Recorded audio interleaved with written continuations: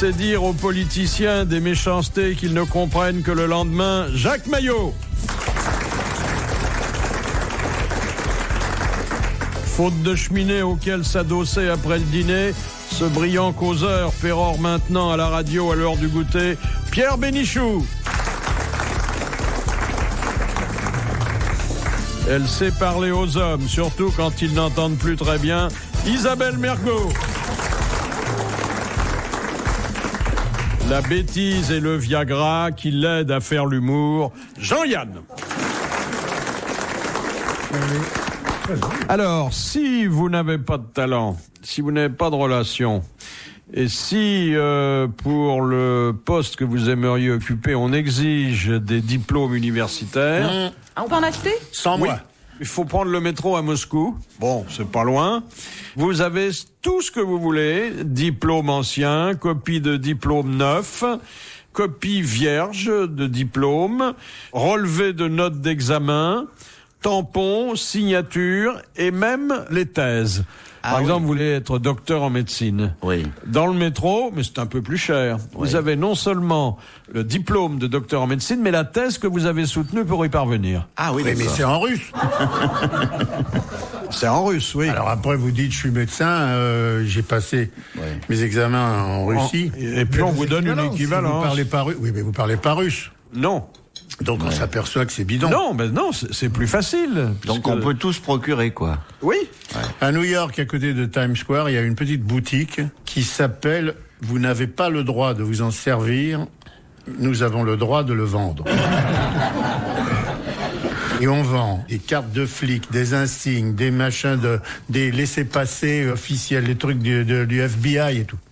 Ah, dis donc. Toutes les cartes sont là. Et les gens achètent, mais... Les gens achètent, ils mettent leur nom. Je veux dire qu'on a... Bon, les gens disent, on a le droit de le vendre, vous n'avez pas le droit de vous en servir. Ouais. Mais moi, je rêve d'avoir des diplômes, enfin, depuis qu'on me les a refusés. Ouais. Et si ça marchait en France, je crois, je m'offrirais un petit bac. Un petit bac, sympa. Ouais. Un petit bac, peut-être. Mais de votre temps, c'était 2 qu'il fallait. 2 parties, oui. On le passait en 2 parties. Il y avait 2 parties. Oui, mais là, vous auriez le bac en russe, c'est ça ? Oui, non, mais je pense qu'il pourrait y avoir des boutiques françaises. Pour ça, il y a une demande. Ne serait-ce que... Sauf qu'on le donne trop facilement, le bac. Moi, je me ferais bien filer un petit truc de pilote de ligne. Parce que je trouve que les gonzesses, ça leur plaît, ce genre de choses. Pilote de ligne. Non, c'est le costume, il faut que tu aies le costume qui va avec aussi. Oui, mais parce que le sinon... costume, une fois que tu as le diplôme, c'est facile. Moi, j'ai des rêves beaucoup plus modestes. J'aimerais un bulletin trimestriel, classe de première, élève exceptionnel, pour montrer à mes petits-enfants quelle intelligence d'une professeure de français. Prof de maths dit Einstein était un gamin. Voilà, des choses comme ça. Et je montrerai, je dis voilà, moi, voilà, je travaillais gentiment. Ah oui, tu te ferais faire un faux livret scolaire. Un faux livret scolaire, je trouve ça serait très bien, ça. Mais vous vous rappelez pas le mec qui était à la TWA, qui avait un costard de pilote et qui a voyagé pendant 6 ans? Ah, ça, c'est extraordinaire. C'est un mec il était allé à la TWA. Il est arrivé à l'endroit où on faisait les uniformes. Et puis il a dit bonjour, je viens essayer mon truc. Et le mec a dit oui, quel nom, moulard, crack, machin. Il a filé la veste, la casquette, tout à ses mesures, impeccable. Et après le mec il allait à l'aéroport et il se pointait au truc de la TWA, il disait bonjour, capitaine Morrison, voilà, c'est tout, il faut que je reparte à Washington maintenant. Et les mecs disaient bon, il pilotait pas. Non, il pilotait jamais. Mais il était habillé en commandant de bord. Oh, le rêve, hein. Donc les mecs l'accueillaient sans rien vérifier sur toutes les lignes. C'est ce qu'ils avaient fait au Ritz avec Monsieur Paul, il l'avait habillé en chauffeur, quoi. Non, alors, vraiment... pourquoi vous dites dans le métro? C'est dans le métro, les mecs qui proposent. Parce que dans le métro, à Moscou, il se passe plein de choses. Ah ouais. C'est somptueux, le métro, là-bas. Ah, il paraît, moi je le connais pas, mais il paraît que c'est superbe. Alors que Chérie Blair, la pauvre cocotte, la femme de Tony, elle a des ennuis avec la compagnie des chemins de fer anglais. Ah. Parce qu'elle est montée sans billet dans un compartiment. Elle était très pressée, le guichet était fermé. Elle n'a pas eu le temps d'acheter son billet. Alors, elle a 10 livres d'amende. Alors elle a 10 livres. En plus, comme c'est une des plus brillantes avocates de son pays, Et oui, puis elle attend un petit, donc... elle attend un petit. Oui, oui. Les femmes enceintes... C'est pour ça qu'elle n'est pas à 10 livres près, hein, avec ce qu'elle a grossi. Mais c'est pas une faute de voyager, enfin de monter dans le train sans billet si on le dit. Si on le dit, oui, mais il faut trouver le contrôleur pour lui Elle signaler. était doublement en contravention, puisque son petit n'avait pas de billet non plus. Ah bah oui. Si, dans le Pourtant, TGV maintenant. Pourtant, visiblement, elle s'est faite composter il y a quelque temps. Philippe Bouvard sur RTL, 4h, 4h30, les grosses têtes dans la nuit des temps. Alors, ça c'est très inquiétant, et ça a trait à la circulation fiduciaire. Sur 63% des billets de banque espagnols, il y a des traces de cocaïne. Oh. Sur 63%. Ouais. Ça veut dire Bah, que... parce Alors, ça veut dire- qu'ils s'en servent pour Pour faire des rails? faire Donc il y a des 37% des Espagnols qui ne prêtent pas de cocaïne. Ils savent pas ce qu'ils perdent. Non, mais parce qu'ils roulent les 63%, ça m'a l'air Ils énorme. roulent les enfin. vivetons, les mecs, pour se faire des Ah, lignes. c'est C'est pour ça. Ah, ils aspirent dans du papier froissé, oui. Ah ouais, Quelle d'accord. horreur. Ou alors c'est de l'argent de la drogue, comme on dit. Hein Ah oui. Non, non. parce que les Non, parce gros que- vendeurs de drogue, ils touchent pas au Il touche talbin. pas, ouais.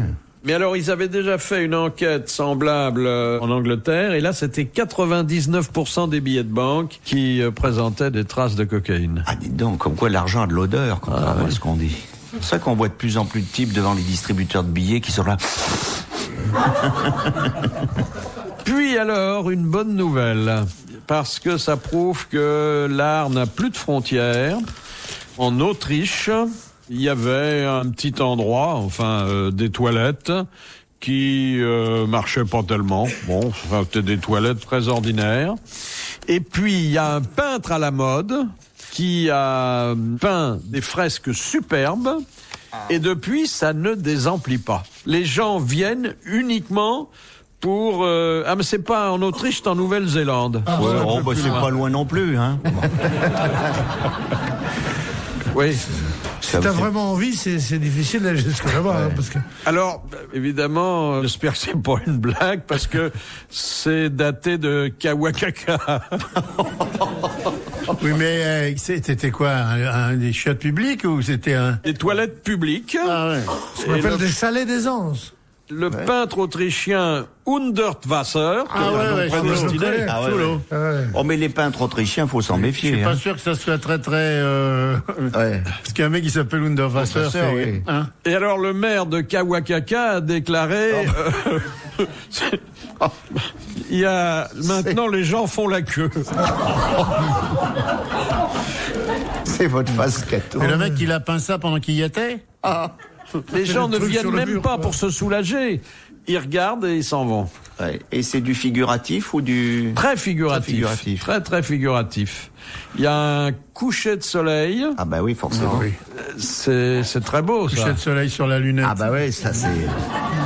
Ça c'est normal. Puis là, on Il a y a le des temps de scènes de regarder. chasse, beaucoup. beaucoup. Ouais.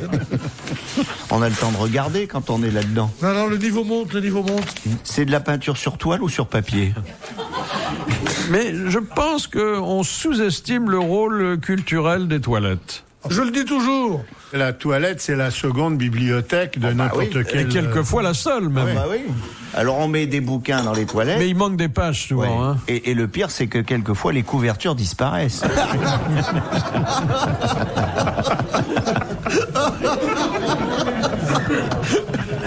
Dans les familles sévères, c'est le fumoir. Qu'est-ce qu'il y a dans vos commodités, chère Isabelle? Bon, il n'y a rien, il n'y a pas de livre, il n'y a rien, c'est sobre. Il n'y a pas de bouquin. Non. Il n'y a pas de bouquin. Comment? C'est pas possible. Il y a... Quoi, tu parles comme ça, moi? Attends, Non, mais il me cherche vraiment? Non, pas du tout. Pas du tout. Tu l'écoutes, lui. Mais il y a peut-être des gravures, des Il y a- estampes japonaises. Il n'y a absolument rien, rien. Pour ton petit vieux, quand il y va, il y a des poignées pour voir le... Non, il y va pas, puis de toute façon, je le vois plus. Il y va pas? Non. Il a ce qu'il faut sur lui. Et chez vous, monsieur Yann? Moi, j'ai des bandes dessinées et des machins gastronomiques. Je cherche le nom du restaurant quand le matin, comme ça. Celui où vous avez été la veille Non, celui où je vais aller après. Ah oui. C'est-à-dire, vous faites le vide dans ma tête, et puis après, je dis où est-ce que je vais déjeuner à midi, vous comprenez, bon. Ah, c'est bien pour faire des projets d'avenir. Non, il n'y a pas beaucoup de choses très sérieuses, mais il y a les BD, si. Mais souvent, d'ailleurs, il y a longtemps, hein, dans les commodités, les adolescents dissimulaient plus ou moins bien des ouvrages un peu licencieux. Oui. Moi, j'y mets les romans de Paul Sulitzer. Très cochon. Hein. Il y avait Paris-Hollywood, Le Rire. Comment s'appelle le troisième? Avant les ancêtres de lui et de Playboy. Paris-Hollywood, c'était incroyable. Je me rappelle de Paris-Hollywood, c'est On voyait des débuts de Jartel et tout ça. C'était fantastique. Quelle horreur. À Los Angeles, j'avais je sais pas ce que c'est devenu. J'avais mon diplôme de bon soldat. De bon soldat? Oui, quand on quitte l'armée, on fait une attestation. Un machin comme quoi t'as été un bon deuxième pompe. J'avais mis ça dans les toilettes et puis je suis en train brusquement de me dire que je le vois plus là. C'est Eisenhower qui a dû te le piquer sûrement. Il y a un mec qui a dû me le chourer pour faire croire qu'il avait été bon soldat. Tous les jours sur RTL, vous êtes les bienvenus chez Stéphane Bern et toute sa bande. À la bonne heure. Stéphane Bern est un homme intelligent qui est parti avec énormément d'entraves, avec un physique pas évident, avec un brushing qui était incroyablement inadapté. Et Bern, avec tous ses défauts, a suivi le conseil de Cocteau. Développe tes défauts, c'est ton identité. Les grosses têtes dans la nuit des temps. Sur RTL, de 4h à 4h30.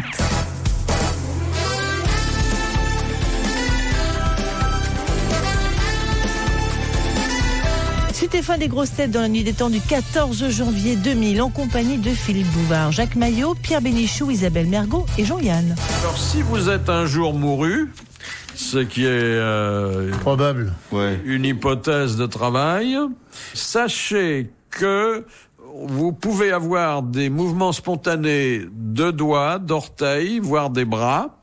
Ça ne voudra pas dire que vous n'êtes pas mouru. Mais oui, mais comme les animaux, quand on leur coupe la tête, ils bougent encore, hein. Les canards. C'est des réflexes médulaires posthumes. Ouais. Non, mais on peut faire semblant d'être mouru et puis l'infirmière, elle se penche et mais alors on la tripote un peu, quoi. Mais il y a étirement des bras. Ah bah c'est ça. Ensuite, les bras se croisent. Oui, c'est ça, c'est ça. Ça, c'est un mouvement corse. Et puis, ensuite, les bras retombent. Oui, c'est la définition de la Xardas, ça, c'est la danse. Hop, hop. C'est fabuleux parce que, bon, les gens sont tentés de penser que c'est un faux cadavre. Pas du tout. Pas du tout. Pas du tout. Et même les ongles et les cheveux, ils continuent à pousser aussi. Pendant 30 jours, les cheveux poussent. Incroyable. Hein. Vous vous rappelez, quand Franco est mort, il n'en finissait pas de mourir. Il a mis un mois. Son corps se refroidissait petit à petit. C'était étonnant. Il y avait mieux encore, il y avait Tito. Il a une jambe qui est morte avant lui, vous vous souvenez? Ah oui, c'est fou. Ils ont enterré la jambe et puis ils ont attendu le reste pendant 3 semaines. Ah ouais. Ça se passe que chez les riches, ça, parce que chez les pauvres, c'est pas comme ça. Dès qu'il y en a un qui tourne de l'œil, pof, on le fout dans la fosse commune. C'est dur. Tu te rends compte, enterrer une jambe d'abord et le reste. Il y en a encore des fosses communes en France? Oui, j'en ai une près de la maison, formidable. On peut dire, moi, je voudrais être enterré dans la fosse commune. On peut faire un testament, non? Sûrement, on a le Victor Hugo avait demandé à être transporté à sa dernière demeure, le Panthéon quand même, dans le corbillard des pauvres. C'est pas parce que c'est dans le testament que on le fait automatiquement, hein, je veux dire. Parce que si vous demandez à avoir des obsèques nationales, par exemple, avec la garde républicaine,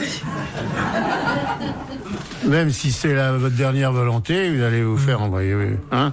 Comme quoi, on peut même pas mourir comme on veut, quoi. Question de Monsieur Grenier, qui a dit « Je ne peux pas faire de politique, car j'adore faire l'amour dans la rue, et les petites folies de ce genre ne s'accordent pas avec la vie de politicien. » Sous une porte cochère? C'est un adepte du furtif. Ah bah alors c'est Jean-Yann. C'est très récent, non? C'est un type, c'est très récemment que j'ai vu ça. Il n'y a pas très longtemps. Ouais. C'est vrai que ce type est très populaire, mais pas politique du coup, là ils se vendent peut-être un peu, et que ce qui l'y a dissuadé, c'est que son passe-temps favori, c'est Woody Allen dans la rue. C'est de faire des trucs dans la rue. Il aime bien faire ça. C'est un Français, non? Non. Un Américain? Non. Un Belge? Non. Anglais. Un Anglais? Non. Italien? Non. Russe? Non. Allemand? Grec? Non. Ah là, il a tous dit. Espagnol? Oui. Ah, c'est Julio Iglesias. Julio Iglesias. Exactement. Bonne réponse de Jean-Yann et de Pierre Bénichou. Iglesias, il fait ça dans la rue? Oui. Bah, Elle déjà- l'a caillé. Non, je n'ai pas changé. Poum. J'aime toujours dans la rue te niquer. Nani, nani, nani, nani. En plus, il doit avoir des occasions. Hein. Ah oui, bah oui, parce ouais. qu'il accroche beaucoup. Hein. Ah ouais. Il plaît Un peu moins beaucoup quand même pour maintenant. Hein. Ah bah oui, mais quand même. Il a été il a été tiré de partout là. Mais on sent que c'est le type qui a peur d'être agressé sexuellement, parce que même en scène, il la tient, il la protège. Ah, hein. oui, il se la soutient. Il s'y cramponne même. Je crois que c'est un beau parti. Côté parti, ça a l'air d'aller, oui. Puis il a son profil, vous savez, quand il est à la télé, Julio, il ne veut être filmé que d'un côté. Ah bon? Un côté où sa calvitie est plus forte d'un côté que de l'autre. Mais ils sont tous comme ça montants aussi. Ils disaient petit, pas de ce côté-là. Sois gentil, le côté gauche. Mais toujours. Ah oui, c'est ça. Ouais, ils sont tous comme ça parce qu'ils ont un chef opérateur qui leur a dit une fois dans un film, tu es beaucoup mieux pris de ce côté-là. Alors ils veulent toujours être pris soit à gauche, soit à droite. Oh, mais les actrices un peu vieillissantes sont maniaques aussi, hein? Ouais, elles se font prendre soit à C'est gauche, plutôt soit les à jeunes droite. qui sont maniaques. Ouais. Après, elles s'en foutent. Dans le début de carrière, elles font très gaffe. Comment se passait naguère, parce qu'il faut remonter à très loin. Alors, jadis, on dit. Oui, Si, si non. c'était un peu plus loin que Non, naguère. jadis, c'est avant la guerre. Ouais. Avant naguère. Comment se passait un divorce à la carolingienne? Un divorce tuait- à la Caroline. On tuait la femme. On tuait la femme. C'est-à-dire que l'époux faisait égorger la femme dont il voulait Au moins, se débarrasser. c'était clair. Bonne réponse de Pierre Bénichou, encore une fois. C'est bien, Isabelle Mergo. Bravo, Isabelle. Alors là, franchement, comme procédure, je trouve ça formidable. Ah oui. Voilà des gens qui savaient vivre, hein. Mais c'était toujours dans le Non, même sens. non. Hein. C'était l'homme C'est- qui tuait la femme. Hein. C'est cruel, mais c'est rapide. Et Au ça- moins, il n'y a pas tous ces ça machins évitait qui n'en les finissent pensions pas. alimentaires. Ça va plus entre nous. Je crois que nous devrions divorcer, mais oui. Une bonne balle dans la gueule et. Alors que maintenant, il y a des divorces à l'amiable Ouais, maintenant. mais il y en a qui se passent mal, vous savez, avec des drames et tout. Retrouvez les grosses têtes dans la nuit des temps sur RTL.fr.